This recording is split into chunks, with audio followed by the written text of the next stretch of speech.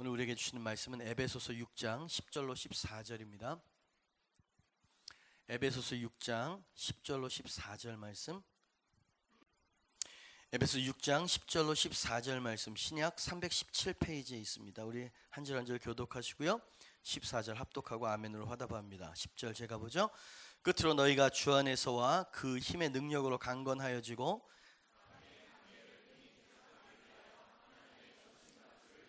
우리의 씨름은 혈과 육을 상대하는 것이 아니요 통치자들과 권세들과 이 어두움의 세상 주관자들과 하늘에 있는 악의 영들을 상대함이라.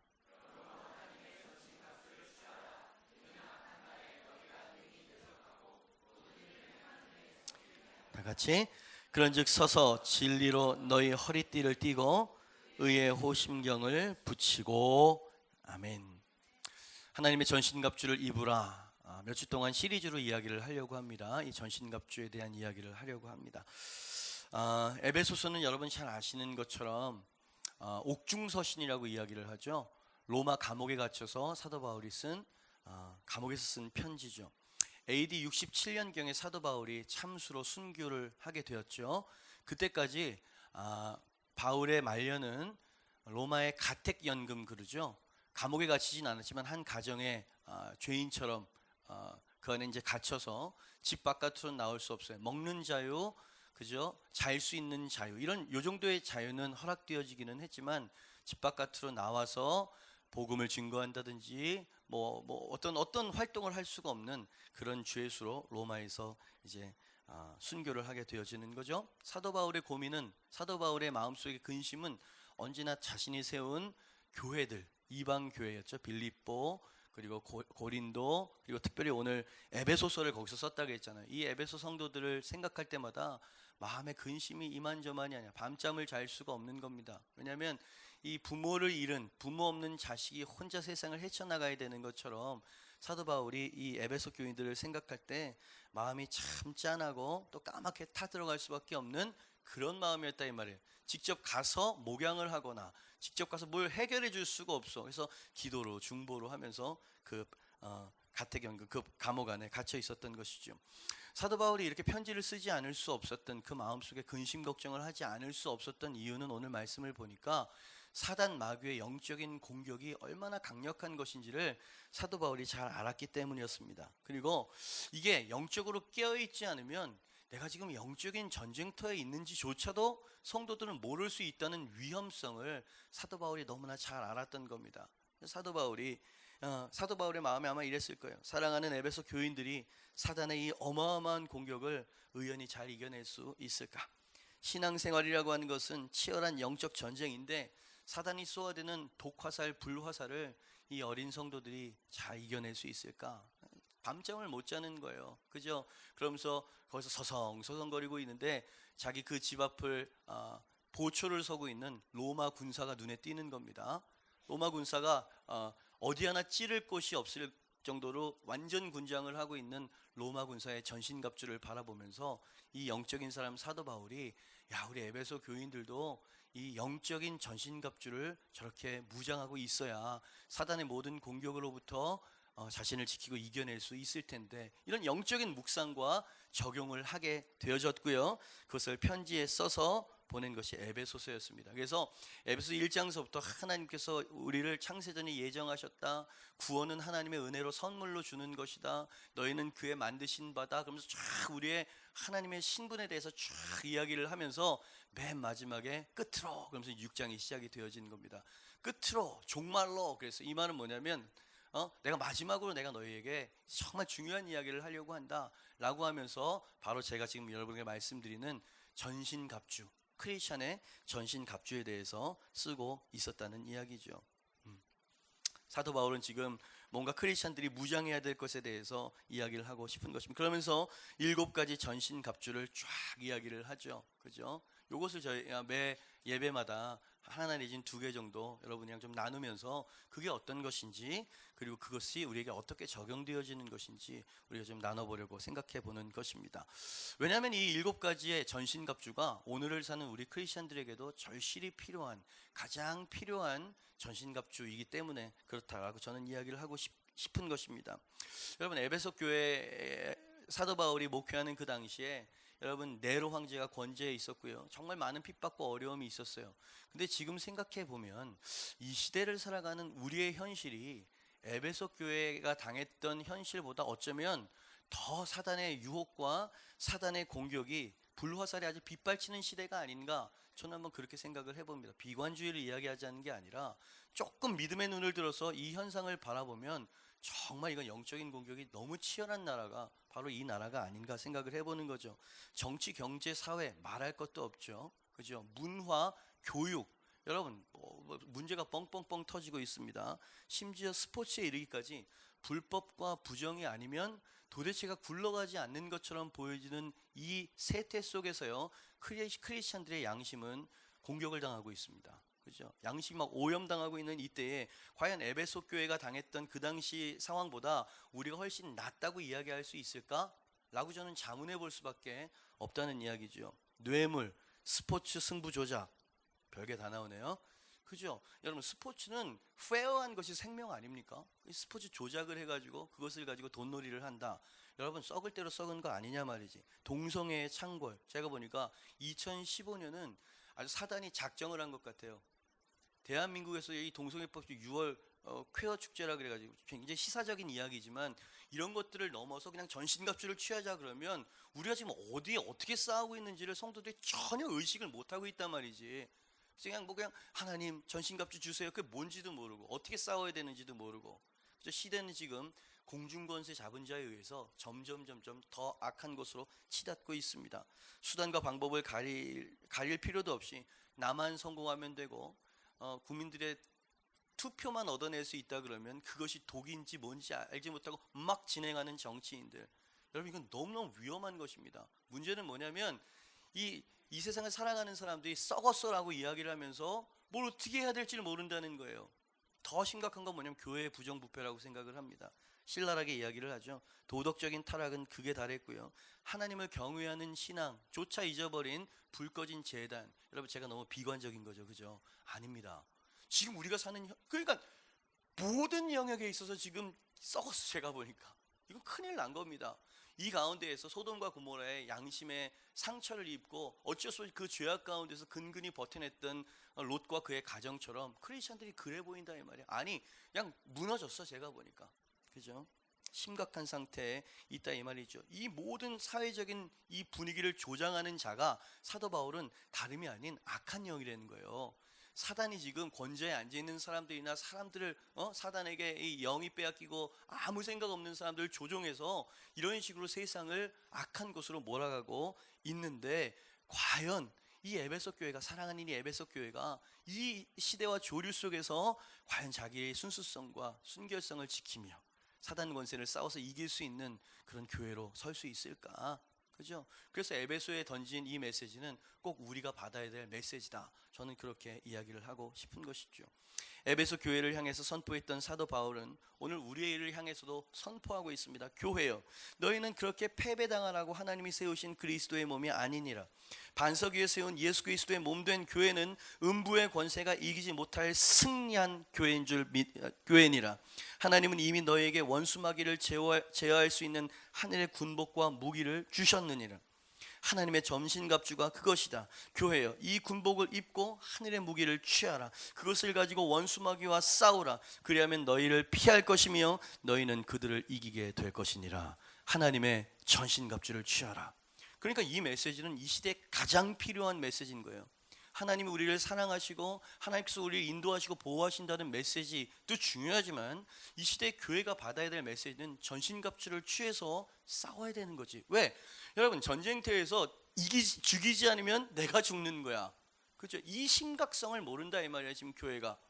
그냥 개인 안일주의, 무사주의, 물질 만능주의 막 떠내려가고 있는 모습이 제게는 참 염려가 많이 되어진다 이 말이죠. 그죠? 여러분 교회는 승리하는 교회인 줄 믿습니다. 그죠? 교회는 전투하는 교회인 줄 믿습니다. 여러분 느헤미야서를 읽어보셨습니까? 허물어진 예루살렘 성벽을 재건하기 위해서 몇몇 사람들이 그 땅을 갔어요. 가서 한 손에는 호미를 들고 한 손에는 창과 칼을 들었다 그랬어.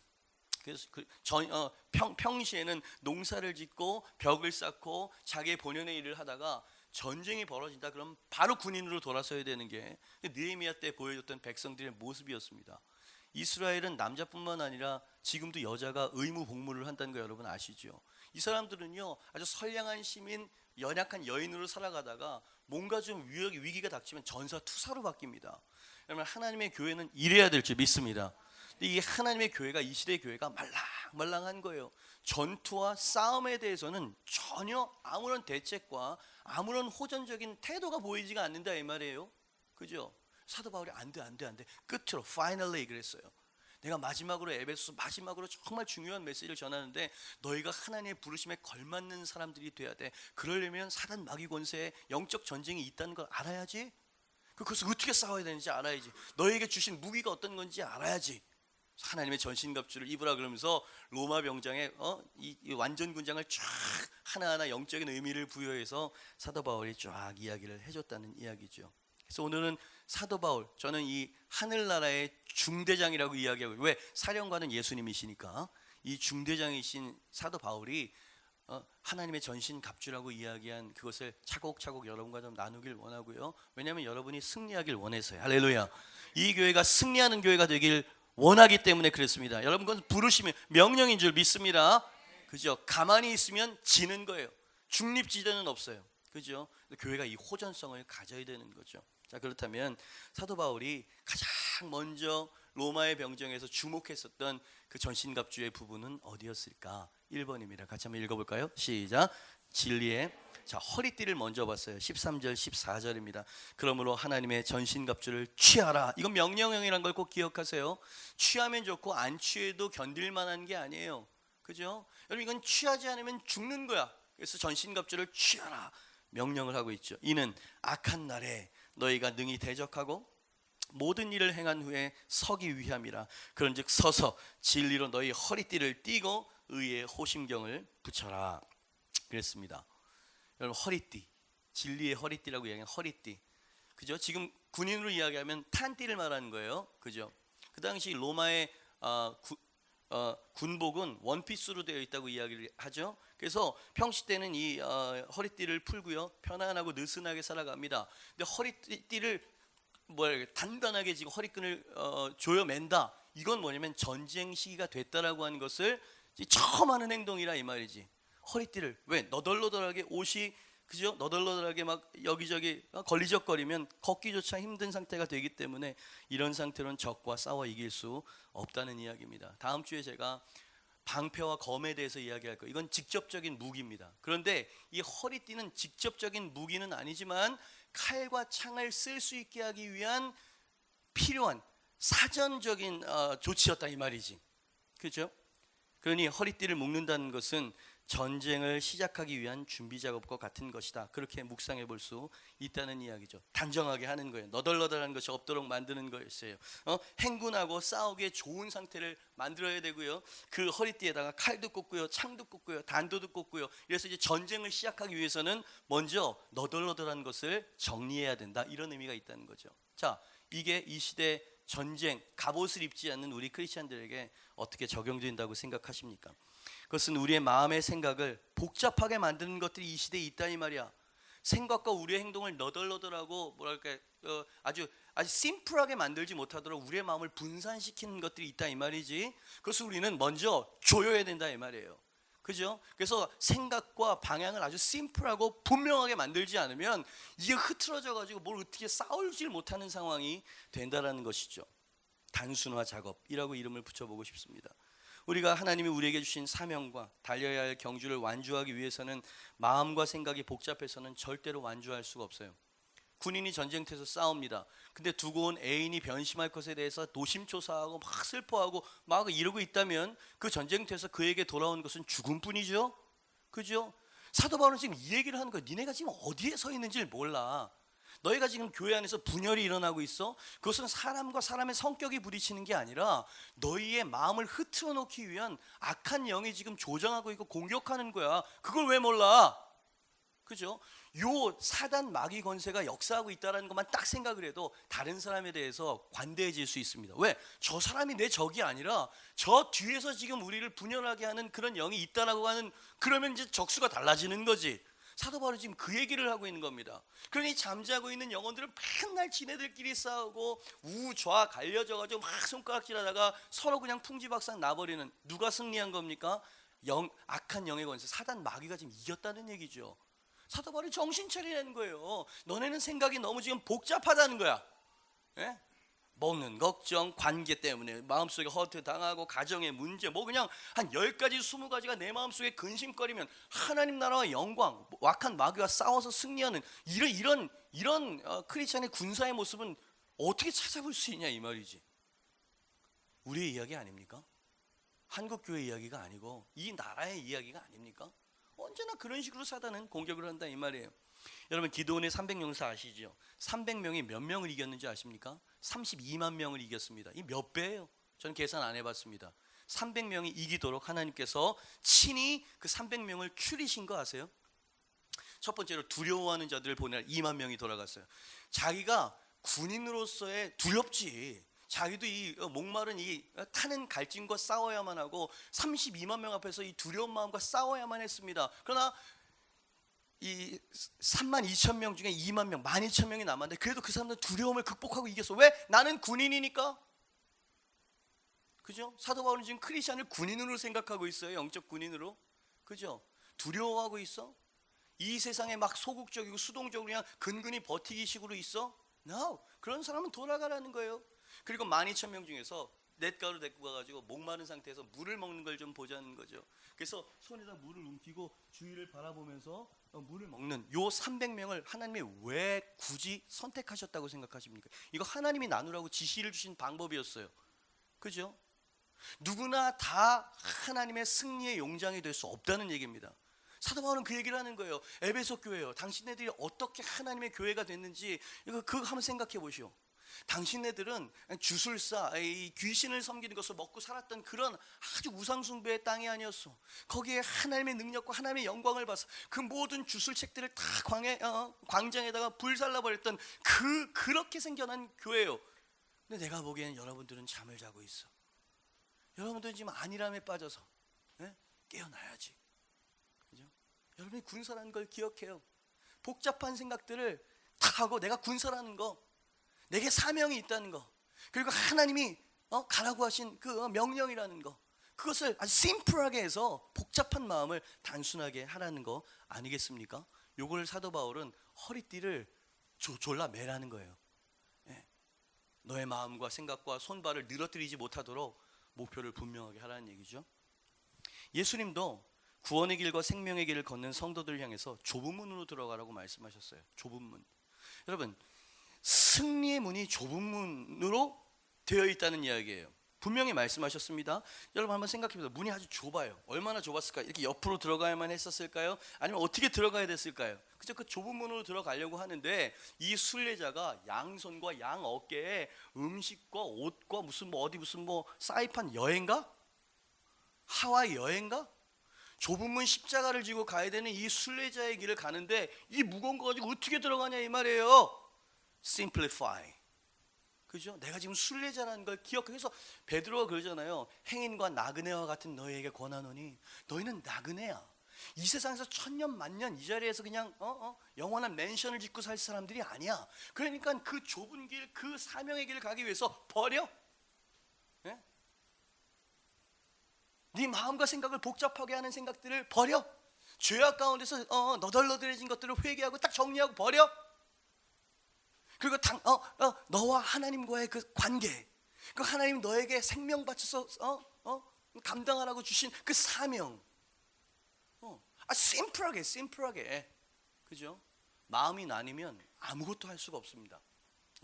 여러분, 목사가 여러분 저를 위해서 기도해 주셔야 돼요. 그죠? 한 450명, 500명 정도 되는 성도님 안에서도 여기서 좀 축하해 줄 일 있으면 저기서 염려, 근심, 걱정되는 게 있고 별의별 얘기들이 이제 다 들려오거든요. 제 사명, 제 사역은 뭐냐면 그냥 하나님 말씀과 하나님 꽉 붙잡으면서 여러분 그런 생각들이 내 마음속에 영향을 미치지 못하도록 하는 게 제 싸움입니다. 여러분, 제가 근심 걱정으로 제가 이 자리에 서는 게 그냥 머리가 복잡하고 이렇게 하면 설교가 되겠어요? 그죠?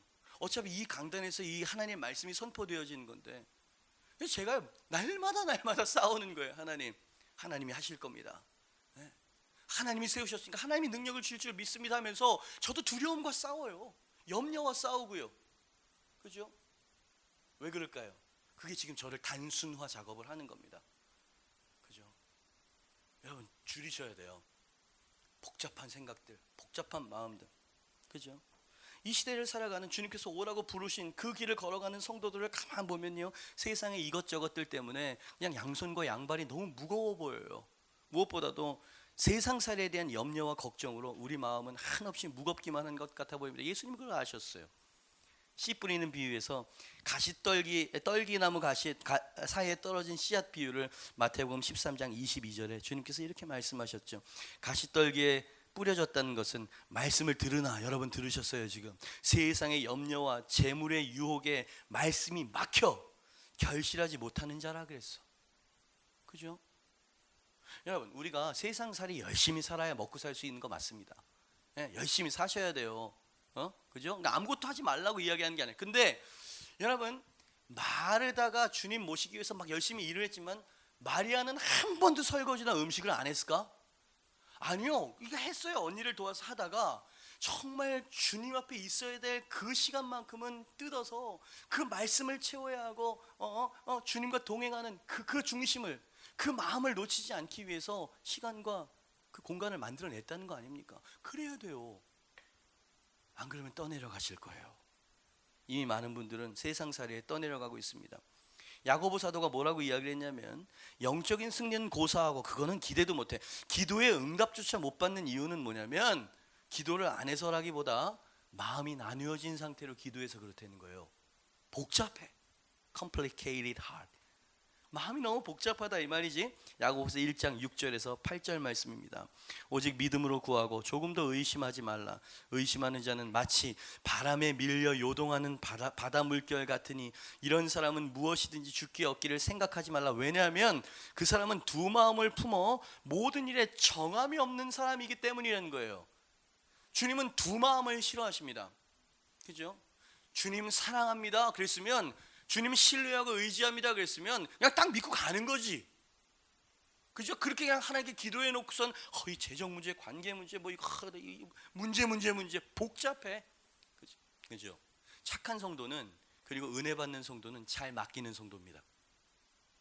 성경 지식이 많은 사람이 아니에요. 기도의 시간이 오래 기도하는 사람도 나쁜 건 아니지만 그게 척도는 아니에요. 이 사람은 하나님을 신뢰하고 맡길 줄 아는 사람. 그렇게 하나님을 의지하면서 맡길 수 있는 그 용기가 어디서 나와? Simplify. 그죠? 허리를 지끈 동여 말고 지금 네가 어디로 가야 되는지를 다시 한번 생각해. 그죠? 목표를 딱 정해놓고.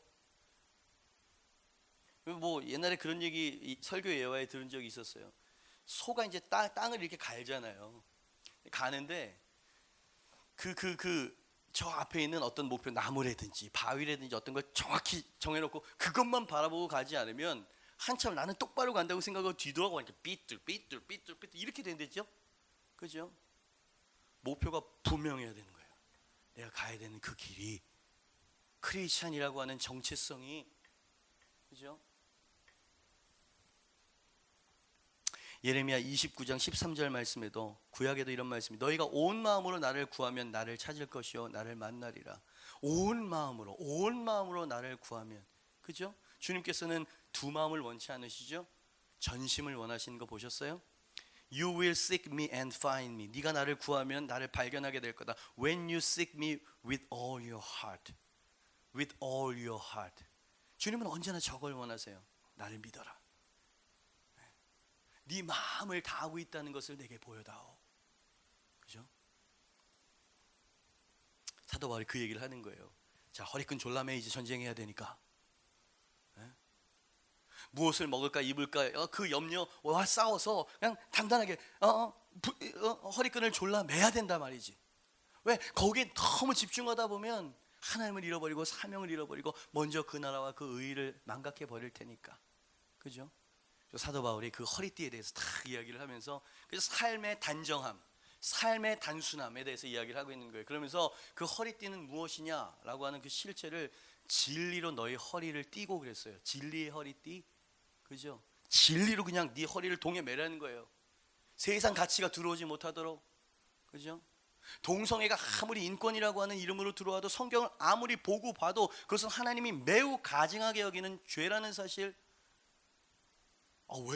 왜 남자는 여자만 사랑해야 되죠? 에? 교회에서, 크리스천에서, 사이에서 나오는 이야기. 인권이라고 하는 거는요, 그게 하나님이 인정해 주시는 인권이 아니면 그건 죄예요. 그래야 되는 거 아니에요? 지금 강단에서 그 얘기를 해야 되고 크리스천이 그 말을 하고 핍박을 당해야 되는 거 아니에요? 버거킹에서 동성애를 반대를 하다가 미국에서 반대를 했더니 어마어마한 미국 시민들 또 이거 잘하잖아. 왜 와가지고 버거킹 앞에마다 와가지고 막 이걸 한 거예요. 그래서 꼬리를 내렸어요. 아니, 저희는 그렇지 않습니다. 그죠? 진리로 허리를 동여매라. 진리가 네 마음속에 있게 해라. 그죠? 그 진리가 뭐냐 말이야. 그럼 그 진리가 뭐냐? 사도 요한이 요한복음 17장 17절에서 이렇게 이야기하고 있어요. 그들을 예수님이 마지막 주님께 기도하는 장면입니다. 그들을, 제자들을 진리로 거룩하게 하옵소서. 아버지의 말씀은 진리니이다. 보셨습니까? 뭐가 진리라고요? 하나님의 말씀과 하나님의 뜻, 그게 진리예요. 인권이 진리가 아니고, 좋은 게 좋은, 그게 바로 그게 진리가 아니고, 하나님의 말씀과 하나님의 법이 진리라고 교회는 외쳐야 핍박과 함께 건의가 쓰는 거 아닙니까? 그죠? 요걸 타협해 버리고 요게 막 분산돼 버리니까 교회가 정체성을 잃어버렸어. 그죠? 제가 무슨 뭐 독립투사가 돼가지고 하는 얘기가 아니라 정직하게 성경을 보니까 그렇게 돼 있더라 이 말이에요. 그죠? 이 하나님의 말씀의 진리로 허리를 질끈 동여매고 그 진리로 아주 심플하게, 그죠? 이건 하나님 뜻이니까 순종하고, 그렇지 않으니까 나는 순종할 수 없어라고 하는, 좌로나 우로나 치우치지 않고 아주 뭐랄까 정도를 가는, 어렵죠. 그러나 이탈됐으면 다시 와야 되는데 이탈된 게 정상이 됐어. 다 그렇게 하니까 이런 식이 돼버리면 죄를 이길 수도 없고 사단의 참소를 물리칠 수도 없고 마귀 권세를 박살내는, 아까 말했던 승리하는 교회는 자취를 찾아볼 수 없게끔 되는데, 유럽 교회는 이미 그래 됐고 한국 교회도 그 수순을 그대로 밟고 있다. 영국, 뉴질랜드, 호주 이런 데서 지금 막 한국을 향해서 막 메시지를 보내오잖아요. 페이스북을 보니까 이 동성애 이 법이 통과되어지면 향후 10년 이후에 당신네들은 피눈물을 흘리게 됩니다. 그 샘플을 보고 싶습니까? 영국 교회입니다. 이렇게 이야기하고 있어요. 그죠? 천 목사님이 좌파로 가셨나? 이게 뭐 좌파예요 이게? 성경을 보면서 하나님이 가르치신 걸 여러분에게 말씀드리는 거죠. 동성애 그 쾌어 축제 그 반대 그 투표는 하셔야 돼요. 우리가 크리스찬이라면. 화염병 들고 나가면 안 되지만, 그죠? 그 크리스찬, 프로테스탄트는 저항자라는 뜻이에요. 저항자. 비진리 앞에 어떤 모양으로 순교든 어떤 모양으로든 저항하는 사람들이거든. 그죠? 공산주의자들이 하는 것처럼 말고요. 여러분 분별하셔야 되고요. 하나님 말씀의 진리로 허리를 질끈 동여 매셔야 됩니다. 여러분 사단이 예수님을 3번 공격할 때 말씀으로 공격한 거 아세요? 그리고 예수님이 그 공격을 하나님의 말씀으로 쫓아내시고 이겨내신 것도 아세요? 어떻게 이길 수 있었던 걸까요? 사도 바울의 표현으로 하자면 예수님이 전신갑주를 입고 계셨던 겁니다. 진리 허리띠를 질끈 동여매고 계셨다는 얘기예요. 그 순간에도, 그 배고프고 그 고난의 순간에도 예수님은 구약의 말씀을 기억하고 있었어. 사람이 떡으로만 살 게 아니고 하나님의 입에서 나오는 말씀으로 살아야 된다.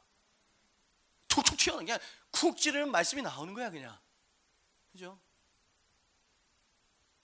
진리로 너의 허리띠를 매고. 여러분 어느 방향에서 언제 불화살이 날아올지 모르는 이때에 우리는 너덜너덜하게 우리의 생각과 우리의 삶이 그렇게 방만하고 그렇게 그냥 흩어져 있도록 만들면 안 될 줄 믿습니다. 여러분 전 굉장히 중요한 이야기를 하고 있습니다. 여러분 금식을 하는 메시지보다 더 중요한 메시지는 여러분의 삶을 단순하게 하세요라고 하는 메시지라고 생각해요. 그렇죠? 그것이 그냥 가족을 위해서 열심히 사는 것 같은, 그럼 어떻게 하란 말이야? 아까 이야기했죠. 마리아처럼 하셔야 돼요. 예배의 처소가 필요하시고요. 내가 흔들릴 때 나를 버팀목이 돼줄 수 있는 공동체가 필요해요. 셀이죠. 들어가셔야 돼요. 여러분, 혼자서는 절대 이길 수 없어요. 그죠?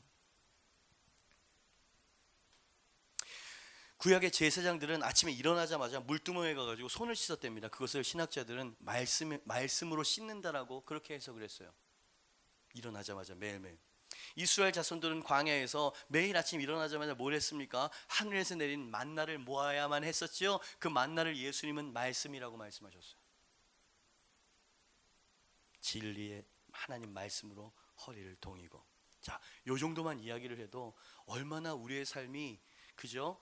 아주 집중해야 하고, 그죠? 얼마나 간소화해야 되고, 얼마나 가지치기를 해야 될 것이 많은지 여러분 마음속에 리스트들이 여러분 마음속에 생각이 난다면 이 설교는 성공한 거예요. 주님께서 말씀하신 게 맞아요. 그죠?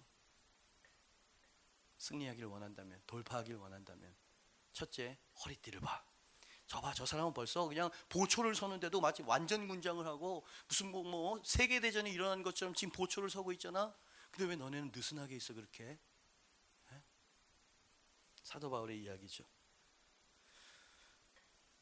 옆에 있는 사람에게 허리끈 졸라매세요. 좀 보면서 하세요 좀. 에? 허리끈 바짝 졸라매세요. 지금은 느슨하게 있을 때가 아닙니다. 시작. 두 번째, 마지막으로 오늘 두 번째로 전신갑주에 대해서 사도 바울이 두 번째로 사도 바울의 마음과 눈을 끌었던 게 뭐였냐면 가슴과 등을 가로막고 있는 호심경이라는 거였어요. 의의 호심경 14절. 그런즉 서서 진리로 너희 허리띠를 띠고, 이제 시작이라 이 말이지. 그 다음엔 의의 호심경을 붙여라. 호심경, 낯선 단어죠. 흉배, 이런 단어를 쓰기도 해요. 흉배. 오늘날 이야기로 하자면 방탄조끼 이렇게 말할 수 있어요. 방탄조끼, 그죠? 방탄조끼는 왜 영화 같은데 왜 그 소아프인가요? 이런 거 보면은 쓰잖아요. 이렇게 결속을 시키고 막 이렇게 하잖아요. 그래서 총 여기 맞아도 안 죽어, 등에 맞아도 안 죽어. 왜? 방탄조끼니까. 그죠? 그 방탄조끼가 총알을 막아주듯이 이 흉배가, 그죠? 이 호심경이 칼과 창과 활을 막아줄 거라는 거죠. 방어 기제입니다. 그죠? 이거 입어야지. 이거 입지 않고 덜렁덜렁 나와가지고 그냥 호기만 가지고 진리 이러다가 한번 찔려가지고 죽게 되는 거 아니냐는 거예요 지금. 지혜롭게 가서 싸워야 될 거 아니냐. 그죠? 영적 방탄조끼를 입으라 이 말이에요. 호심경, 의의 호심경을 입으라는 거죠. 자, 이건 또 어떤 영적인 의미가 있을까요? 여러분, 사단이 성도의 심장과 장기를 보호하는 거예요. 이거는 가장 중요한 심장을 사단이 공격하고 칼로 찌르는 그 창이 뭐냐면 죄책감과 정죄감이에요. 시련과 어려움을 주는 게 아니에요. 그 시련과 어려움이 오면 성도들, 엔간한 성도는 하나님 도와주세요 요 말이 나오게 돼 있어. 근데 자기 죄 때문에 흉악한 죄의 정죄감과 죄책감에 늪에 확 빠뜨려 버리면은요, 자기 스스로가 이제는 헤어나올 수가 없게끔 된다는 걸 누가 잘 알아? 원수 마귀 옛뱀이 그것을 잘 알고 있다는 겁니다. 그래서 사단의 이름은 참소자, 비난자, 중상자라고 하는 이름을 가져요. 사단은 당신의 죄에 아주 민감하고 늘 당신을 추적하면서 당신의 죄를 일단 발견했어. 그러면 공의로우신 하나님 앞에 가가지고 당신 공의로운 하나님이시니까 이 죄 앞에서 빨리 유죄 판결하시오. 하나님을 몰아붙이는 거예요. 또 하나님은 공의로운 분이시기 때문에 그것을 그냥 눈 감아줘야 돼 이럴 수가 없어. 그죠? 죄는 버려야 되고 선은 상줘야 되는 게 하나님의 공이란 말이야. 그러니까 이 사단이 잘 잡았다 이거. 그래서 죄의 목록을 이따만큼 갖고 가지고 하나님 앞에 다 고발을 하는 거예요. 여러분, 이 부인할 수 없는 사단의 참소와 고발을 들을 때 우리의 양심은 큰 상처를 받고요, 깊은 정죄감의 늪에 풍덩 빠지게 됩니다. 늪 아시죠? 늪은 내가 나오려고 한다고 나올 수 있는 것이 아니에요. 누군가가 바깥에서 뭘 던져줘가지고 끄집어 내줘야 나올 수 있는 게 늪이거든요. 그 늪에 꼭 죄는 늪과 같아. 내 혼자서 나오려고 아무리 발버둥 치고 생각은 있지, 근데 손발이 안 움직이네. 이게 죄의 권세고 힘인 거예요.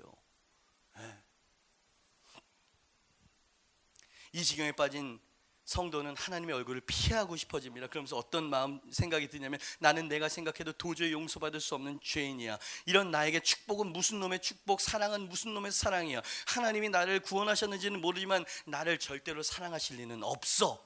단정을 지어버립니다. 왜? 그 사람은 지금 정죄감과 죄책감의 늪에 사단에 의해서 빠진 거죠. 어디서 많이 듣고 드는 생각 아닙니까? 바로 당신의 영혼이 늘 하는 얘기예요. 그죠? 여기 한번 빠지면 당신은 절대로 헤어나올 수 없어요, 스스로는. 그죠? 사단이 가장 잘 쓰는 무기라 이 말이죠. 그죠? 하나님이 날 구원하셨는지는 모르겠어. 교리가 그렇게 돼 있으니까. 근데 하나님이 나를 사랑하신다는 건 도저히 믿을 수 없어. 날 무지하게 불쾌해하실 거야 라고 하는 생각은 하나님의 생각과 하나님의 판결도 아닙니다, 여러분. 사도 바울이 지금 그 얘기를 하는 거예요. 의는 너희의 행실에 의해서 주어진 의가 아니고 하나님이 기준으로 만드신 그 의는 뭐냐면 예수 그리스도의 희생을 믿고 의지한 자. 할렐루야. 사도 바울 표현에 의하면 예수 그리스도 안에 있는 자는 하나님의 의인이 되었다는 요 믿음을 아주 그냥 굳게 붙잡으라 이 말이야. 어떤 참소가 와도 그거를 사도 바울은 의의 흉배를 입으라는 거예요. 정죄감의 총알이 와도 죄책감의 어떤 칼이 와도 내가 하나님 예수 그리스도로 말하면 의롭게 되어졌다는 걸 믿어야지. 구원파 신천지가 와가지고 쓱 한 번만 건드리면 휘청휘청 거릴 정도로 그렇게 흉배가 약해? 종이로 만들었어? 그죠? 사도 바울이 그 얘기하는 거야. 분명히 해. 너의 의가 어디서 왔는지를. 응? 사도 바울이 지금 그 얘기하는 거야. 마치 어린아이를 막 대하듯이 하는 거 아니에요? 너는 내 자녀고 어떠한 일이 있어도 내가 너를 반드시 지켜줄 거고 난 널 절대 포기하지 않아. 왜? 내가 널 낳았으니까 확신을 주고 있죠. 지금 의의 호심경을 입어라. 그 얘기라 이 말이에요. 여러분, 이런 사람은요 그냥 사단이 아무리 공격을 해도요 이길 수가 없어요. 여러분, 이건 제 얘기가 아닙니다. 여러분을 위로해 드리려고 하는 게 아니라 성경의 선포가 그거예요. 선포가. 몇 개 말씀 읽어보도록 하겠습니다. 로마서 8장 1절. 그러므로 같이 읽습니다. 시작. 그러므로 이제 그리스도 예수 안에 있는 자에게는 어떻게? 결코 정죄하면 죄를 짓지 않고 윤리적으로 완벽하게 살아낸 사람이라고 이야기를 합니까? 사도 바울은 그 개념과 평생 싸우다 죽었어요. 그 윤리적 행함을 가지고 하나님 앞에 의로워질 수 없어. 예? 그러니까 예수 그리스도 안에 있어. 예수 그리스도를 믿었어. 그분을 경외하고 물론 휘청이고 또 죄악 가운데 넘어지지만 그래도 네 마음속에 예수 그리스도를 믿고 예수를 사랑하고 예수 앞에 할 수만 있으면 선을 행하고 기쁨이 되고 싶은 마음이 있어. 그러면 결코 너에게는 결코 정죄함이 없다. 이 확신에서 흔들리면 네가 어떻게 싸우려고 그래? 이 얘기입니다. 그죠? 의에 관한 부분이에요. 하나님은 우리를 그렇게 의롭게 보신다니까요. 당신이 예수 그리스도를 진정으로 섬기고 믿는 사람이라면. 로마서 8장 33, 34절. 누가 능히 하나님께서 택하신 자를 누가 택했다고요? 하나님 고발하리요. 의롭다 하시는 하나님이신. 누가 의롭다 하셨다고요? 하나님. 그죠? 누가 정죄하리요? 죽으실 뿐 아니라 다시 살아나신 이는 그리스도 예수시니 그는 하나님 우편에 계신 자여 우리를 위하여 간구. 이 말씀 좀 올려주세요. 죽으실 뿐 아니라 다시 살아나신 이는 그리스도니. 저는 이 말이 무슨 말로 들리냐면, 야, 내가 선택하고 내가 내 목숨으로 구원했는데 네가 무슨 참견이야, 이렇게 들립니다. 이해가 돼? 이게 무슨 말인지? 여러분, 시간이 없어서 제가 길게 쓴 걸 안 읽고 지금 요점만 이야기하는 거예요. 지금 읽을래요. 내가 내 백성을 택했다. 죄악 가운데 죽어가는 것을 볼 수 없어서 내가 그를 지옥불에서 불러내었다. 내가 내 백성을 구원으로 부를 때 그에게 죄가 없었거나 그의 죄를 모르고 부른 것이 아니다. 그 죄는 나와 죄인들을 원수관계에 있게 만들었기에 나는 내 아들의 생명으로 그의 모든 죄를 다 씻어 내 앞에서 의로워질 수 있는 일을 내가 실행했다. 그래서 내 자녀들은 의롭게 되었다. 내 아들 예수의 피로 값주고 산 영혼들이기에 내 눈에 저들은 영원히 의롭다. 그러니 내 아들의 피로 의로워진 내 자녀들을 감히 누가 고발하고 정죄할 수 있단 말이냐? 내 아들이 흘린 보혈로 말미암아 내가 의롭게 했고 내가 괜찮다는데 뭔 말이 많어? 뭔 말이 많어? 이 얘기 지금 이 얘기가 하나님 뭔 말이 많어? 이 얘기입니다. 통쾌하지 않아요? 예? 결코 정죄할 수 없는 이라 그러면 무슨 고어처럼 들리고 가슴이 안 오는데 시끄러! 내가 사고 내가 의롭게 했는데 뭔 잔소리가 많아?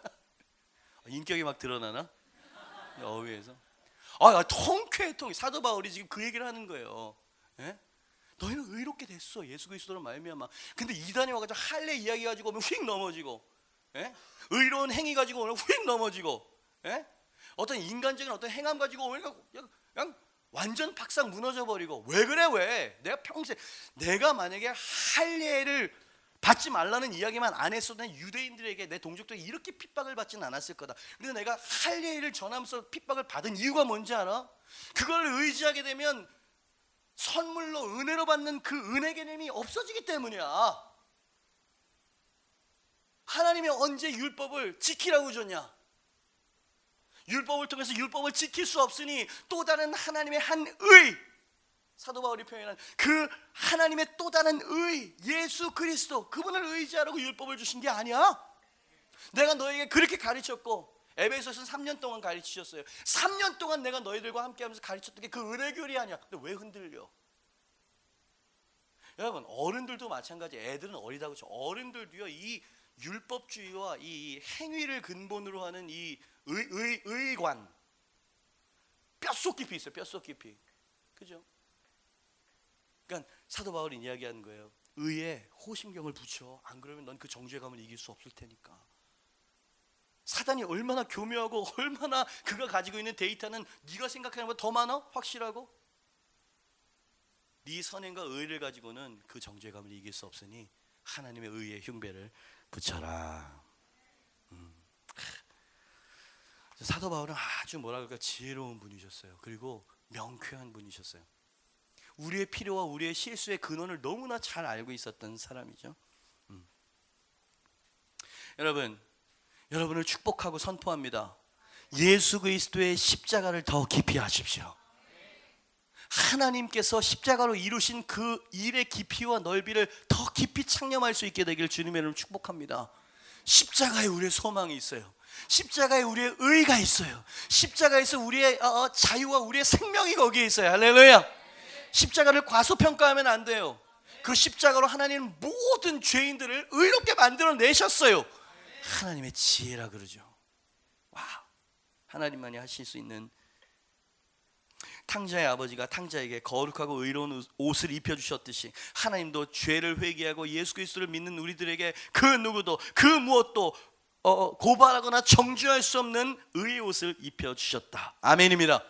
그러니 사단이 당신에게 죄를 가지고 고발하려고 들 때 뻔뻔스럽게 아무 일 없었다는 듯이 할 수 없어요. 마음이 아프죠. 주님을 실망시켜 드렸어요. 사단의 참소에 노라고 이야기할 수 없을 만큼 내 마음이 너무나도 힘들 때 그래도 이 교리, 이 하나님의 뜻을 안다면 이렇게 말해야 돼요. 그래, 네 말이 맞다. 나는 하나님 앞에 설 수 없는 죄인이다. 그러나 나의 구주 예수님은 나의 그 흉악한 죄에서 의롭게 나를 만들기 위해서 십자가를 지셨다.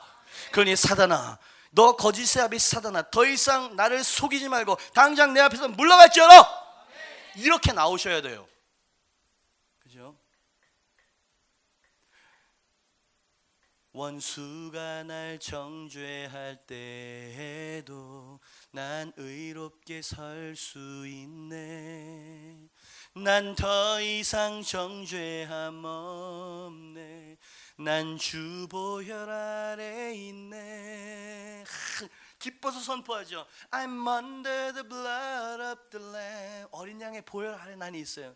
그 피로 내 죄 사해. 얼마나 교리적이고 신학적이야. 하나님의 긍휼 날 거룩해. 와우! 제 옆에 있는 사람을 보세요. 거룩해 보입니까? 아니요, 저에게는 흉악한 죄인이 보입니다. 그러나 예수 그리스도를 믿는 믿음으로 당신은 거룩하게 됐어요. 할렐루야. 얼마나 견고한 복음이고 얼마나 안전한 복음입니까? 할렐루야. 어떤 사람은 로마서 3장 10절 말씀, 기록된 바 의인은 없나니 하나도 없으며 란 말씀을 근거해서 우리는 결코, 목사님 그렇게 가르치시면 안 돼요. 주님 앞에 설 때까지 의로울 수 없는 게 우리고, 우리는 완전히 의로워졌다는 생각은 사람들로 하여금 방종하게 만드는 그런 가르침 아닙니까? 라고 항변하는 그런 교파들이 많아. 그죠? 일리가 있어요. 맞습니다. 우리 자신 안에는 아무런 의의가 존재하지 않아요. 그러나 여러분, 하나님께서 우리에게 마련해 주신 의의 흉배, 하나님의 전신갑주는 내 전신갑주가 아니라는 걸 기억하세요. 그건 하나님의 전신갑주예요. 하나님이 마련하신 전신갑주라고. 다시 아까 그 통쾌한 이야기를 좀 하려고. 내가 그런다는데 네가 뭔 잔소리가 많아, 이 얘기해. 지금 하나님이 내 아들로 온 인류를 구원할 게 내 지혜였고 내 전신갑주다.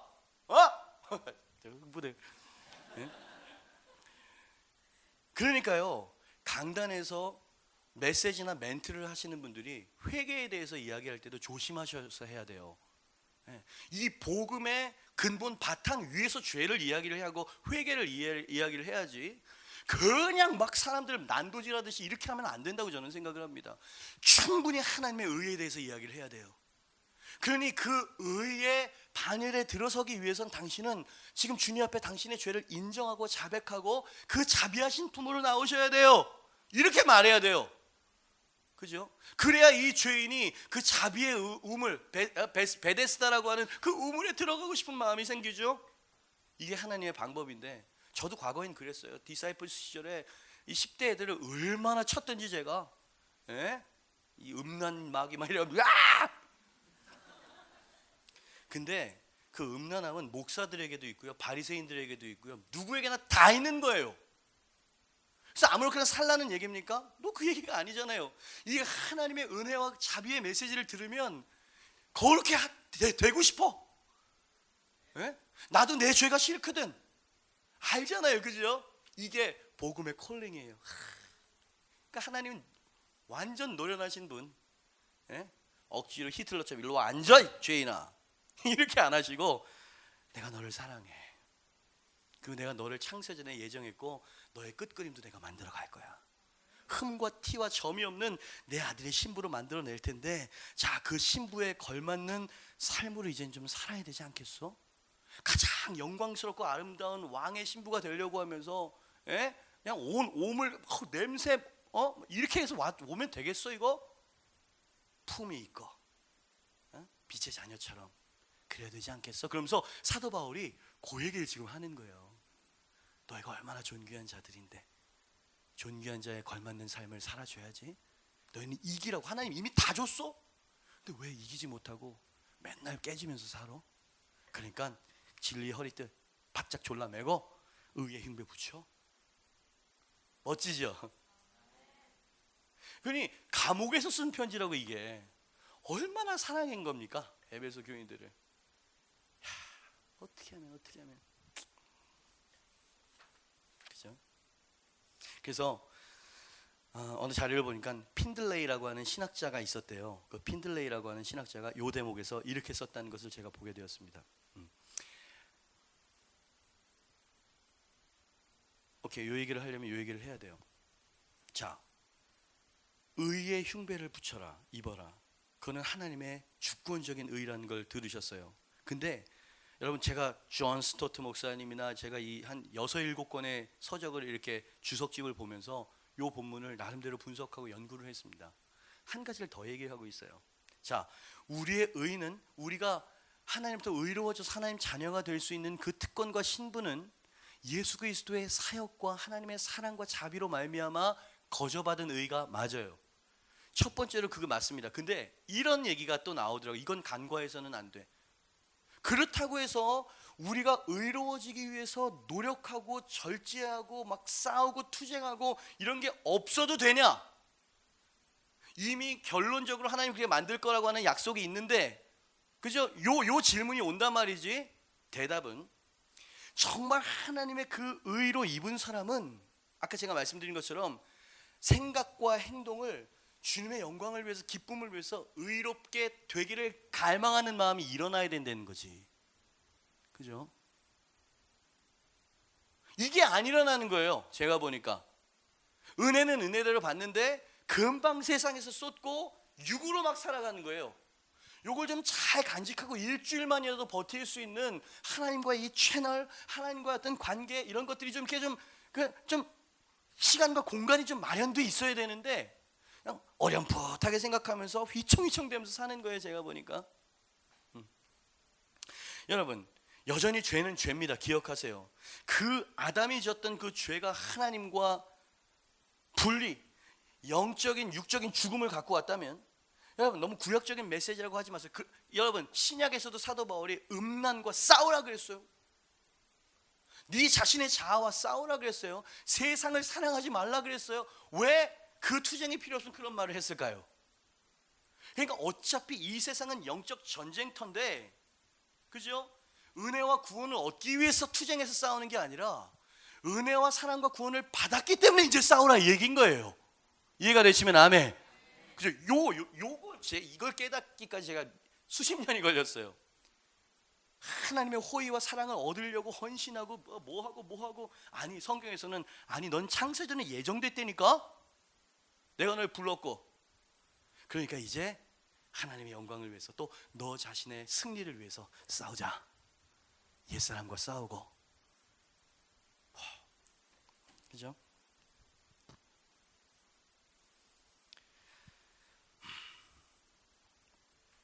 그래서 이제 아까 이야기했던 핀들레이 신학자의 말이 마지막으로 이야기하고 마치려고 해요. 하나님의 주권적인 용서와, 그지? 하나님께서 주신 주권적인 의를 말해. 하나님의 주권적인 용서와 성도의 열심히 싸우려고 하는 경건한 삶은 함께 짜여져 꿰뚫을 수 없는 갑옷이 된다 그랬어요. 이해가 돼요? 하나님의 주권 은혜라고 하는 이 날줄과, 그죠? 우리가 의로워지려고 하는 우리의 삶의 투쟁, 이게 이 두 줄이 엮어져 가지고 갑옷이 됐는데, 그거는 원수 마귀도 뚫을 수 없는 갑옷이 됐다 이 말이에요. 그죠? 하나님 주권만 이야기하면 안 됩니다. 예? 우리의 노력, 인간적인 노력만 이야기해도 안 되는 거예요. 같이 가야 돼. 그래야 견고한 의의 갑옷을 입을 수 있게 된다, 그 얘기죠. 그죠? 적용이 되십니까? 되셔야 돼요. 자, 오늘 이 메시지를 곰곰이 생각하고 묵상을 하세요. 그리고 내가 바짝 졸라매야 될 진리의 허리띠는 어떤 거냐? 내가 너무 너덜너덜하게 복잡한 생각들, 내가 가지쳐야 되는 생각과 태도는 뭐냐? 이게 정확하게 나와야 되고요. 셀에서 고백이 되어져야 되고 중보를 받아야 돼요. 그죠? 당신이 구원의 확신이 흔들리고 하나님을 생각하다 피하고 나 같은 것은 사랑하지 않을 거야 라고 하는 사단의 참수에 속고 있다면, 그죠? 당신은 의의 흉배를 다시 입어야 되겠군요. 그리고 사단이 공격해오지 못하도록 실제적으로 의로운 삶을 살기 위해 늘 날마다 나를 돌아보면서요, 거룩한 삶을 살아가고요. 그게 성경에서 요구하는 복음과 크리스천 라이프스타일의 아주 핵심 요약입니다. 지금 제가 드리는 게. 다음 주에는 이 믿음의 방패와 이제 검에 대해서 싸워야지. 네? 맨날 방어만 할 거야? 그 얘기를 하려고 해요. 시간이 좀 갔지만 영상 하나 볼 시간은 될 것 같습니다. 영상을 페이스북에 돌아다니는 이 영상을 보다가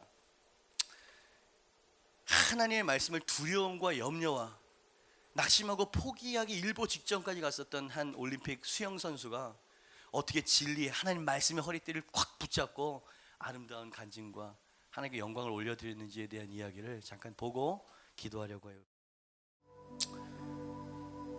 7주 동안 올림픽 선수가 아무것도 하지 못하고 누워있을 때 얼마나 많은 절망과 의심과 하나님 왜 나는 이런 상황을 허락하셨어요? 회의와 별의별 생각들과 싸우지 않았겠습니까? 이 여인은 진리의 허리띠를 단단히 졸라맬 줄 아는 영적 전사였군요. 내게 능력 주시는 자 안에서 내가 모든 것을 할 수 있을 거야. 주님이 주신 이 약속, 신실하신 분의 약속은 이것은 반드시 이루어질 거야 하는 마음으로 발가락 부상으로 또 거기 서죠. 결승전에서도 계속 5위 그러다가 그 입에 중얼중얼 거리는 게 뭔지 누가 알았겠어요? 그죠? 나중에나 자기가 인터뷰하면서 내게 능력 주신 분이 그 일을 행하셨다고 이야기했을 때 그 말이 그 말이라는 걸 그때 알았겠죠. 하나님은 영광을 받으시고, 그죠? 미국에서 일어난 미국 사람의 일이 한국에 있는 이 땅, 이 절망한 땅, 이 예배당에 있는 우리들 가슴에 감동을 주잖아요. 삶으로 보여주고 있어요. 하나님 말씀을 꼭 붙잡으라고, 그죠? 절망과 싸우라고, 의의 호심경을 입고 사단의 모든 두려움과 염려의 창과 화살과 활을 칼을 막아서고 진리로 이겨내라고. 여러분들 그렇게 할 수 있기를 축복합니다. 정말 이 아무 소망이 없는 것처럼 보이는 이 불 꺼진 이 현실 속에서도 저는 희망의 한 줄기 빛을 믿음으로 보는 거예요.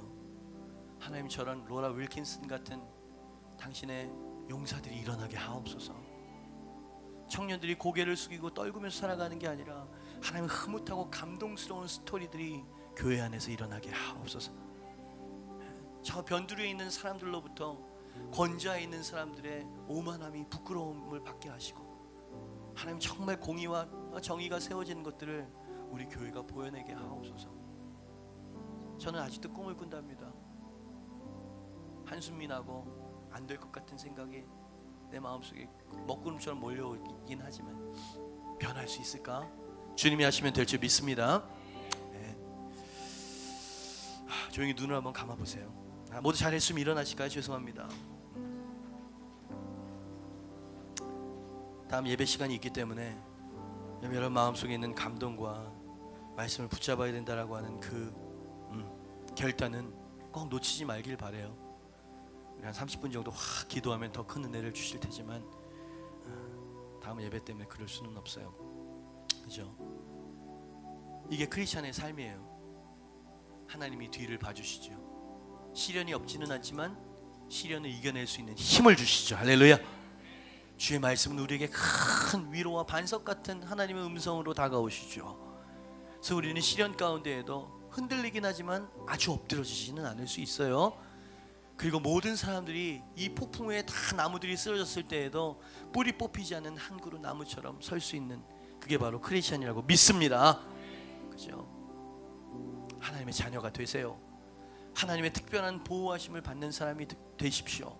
여러분, 사도 바울이 쓴 이 편지는 에베소 성도들을 향해서 쓰여진 편지였다는 걸 기억하셔야 돼요.